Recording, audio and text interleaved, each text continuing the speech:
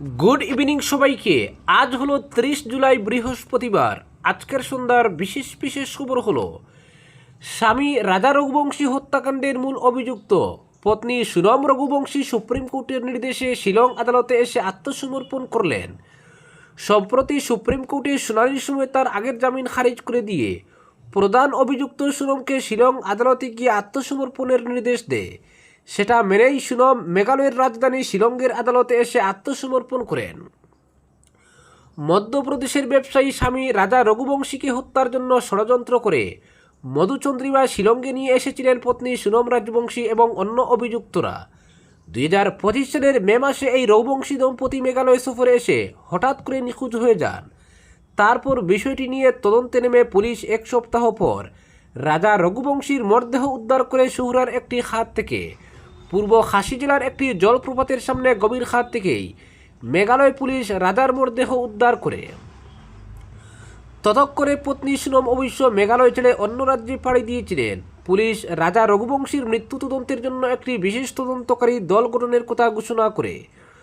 তদন্তের পর পুলিশ জানায় সুনম এবং তার বন্ধুরা মিলে ষড়যন্ত্র করেই ব্যবসায়ী রাজা রঘুবংশীকে জলপ্রপাতের সামনে বড় খাদে ফেলে দিয়েছিলেন। পরে সুনম সহ তার সহযোগী অন্য অপরাধীদের পুলিশ গ্রেফতার করতে সক্ষম হয়। পুলিশি তদন্তে বলা হয়েছে রাজা রঘুবংশীকে হত্যার জন্য ষড়যন্ত্র করেছিলেন পত্নী সুনম রঘুবংশী এবং পূর্ব পরিকল্পিতভাবে রাজাকে মধুচন্দ্রিমা শিলংকে নিয়ে আসা হয়।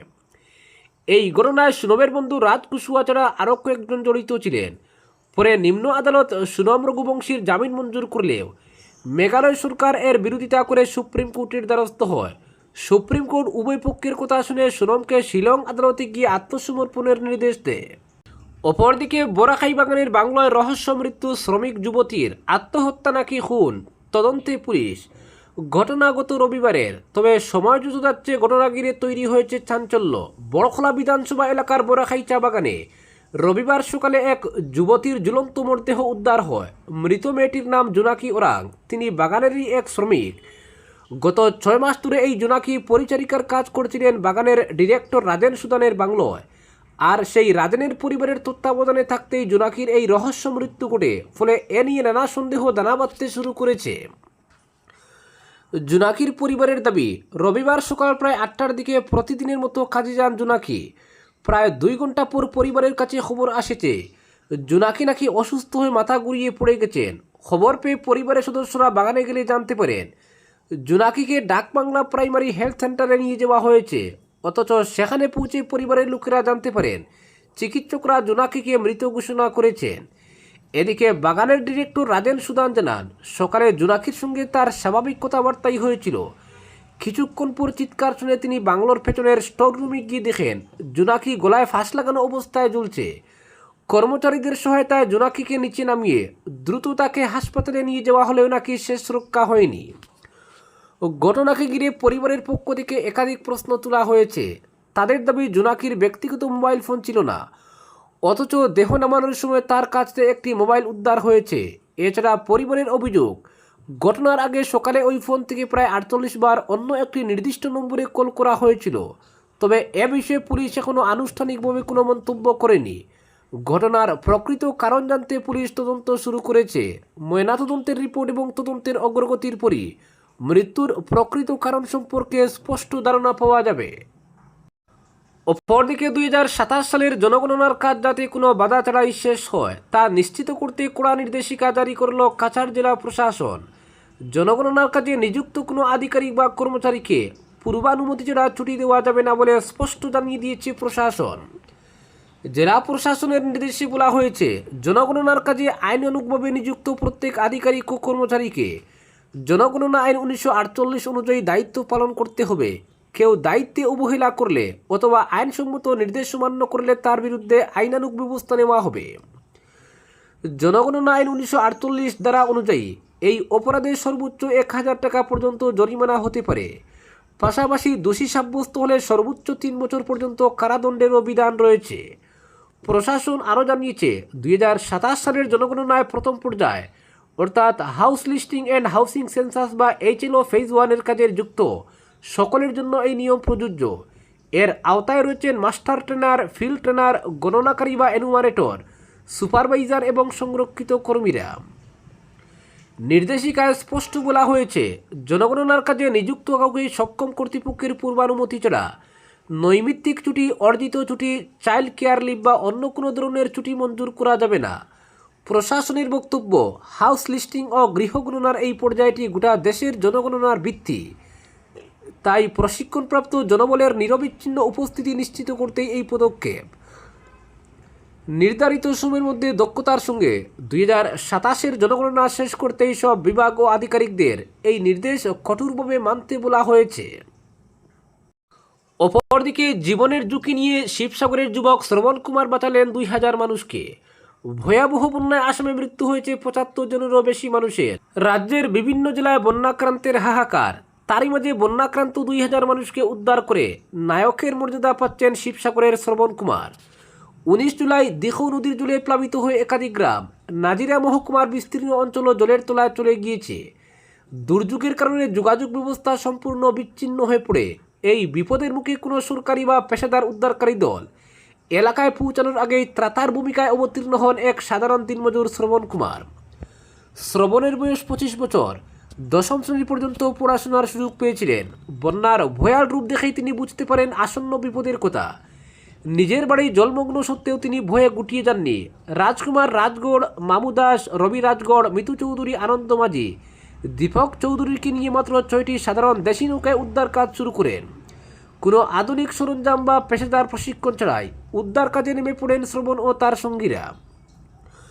ঘুটঘুটে অন্ধকার ও প্রবল স্রোতের বিপরীতে উদ্ধার করেন শিশু, গর্ভবতী মহিলা এবং বয়স্ক মানুষকে।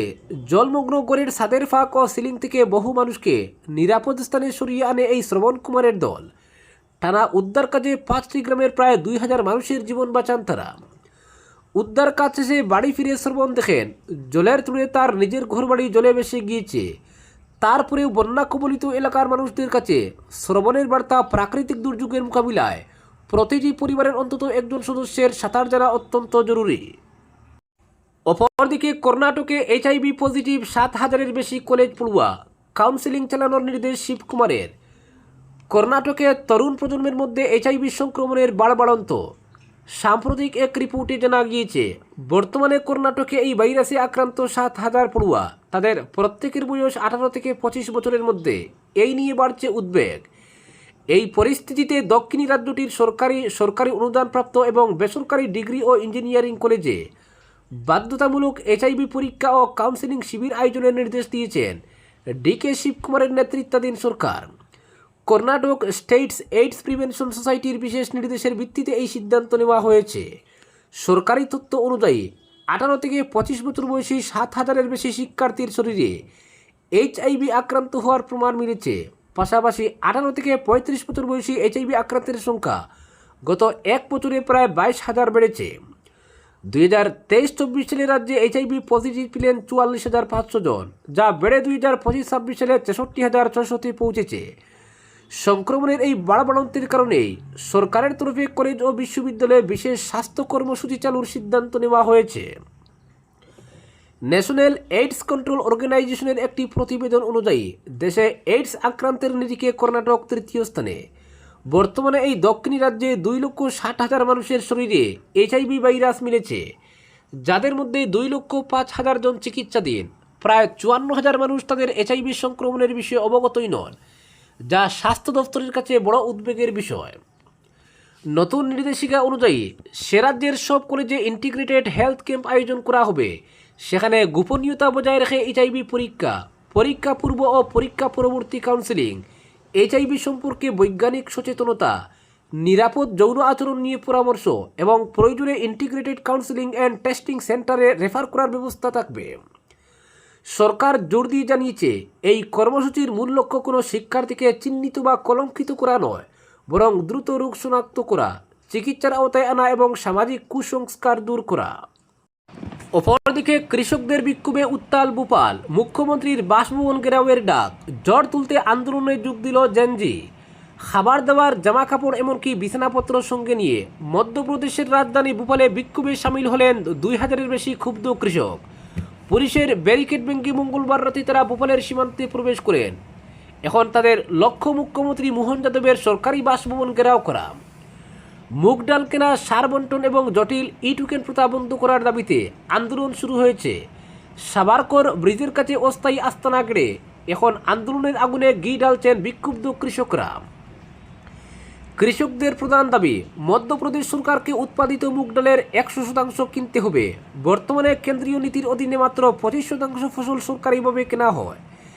এবছর রাজ্যে রেকর্ড 20.14 লক্ষ মেট্রিক টন মুগ উৎপাদন হলেও সরকার মাত্র 4.54 লক্ষ মেট্রিক টন কেনার অনুমতি দিয়েছে। ফলে একর প্রতি অতিরিক্ত ফসল মাত্র 4,000 থেকে 5,000 টাকা কুইন্টাল দরে খোলা বাজারে বেচতে বাধ্য হচ্ছেন কৃষকরা, যেখানে সরকারি দাম কুইন্টাল প্রতি 8,468 টাকা। এতে কুইন্টাল পিছু 3,000 থেকে 4,000 টাকার ক্ষতি হচ্ছে তাদের। পাশাপাশি সার ও ফসল বিক্রির ঝক্কি এড়াতে জটিল ই টোকেন ব্যবস্থার সংস্কার বা বাতিল চান তারা। মঙ্গলবার রাতে মধ্যপ্রদেশের কৃষিমন্ত্রী আইদাল সিং কাসানার সঙ্গে সংযুক্ত কিষাণ মোর্চার প্রথম পর্যায়ের বৈঠক নিষ্ফল হয়। এর পরপরই কেন্দ্রীয় কৃষিমন্ত্রী শিবরাজ সিং চৌহানকে চিঠি লেখেন কাসানা।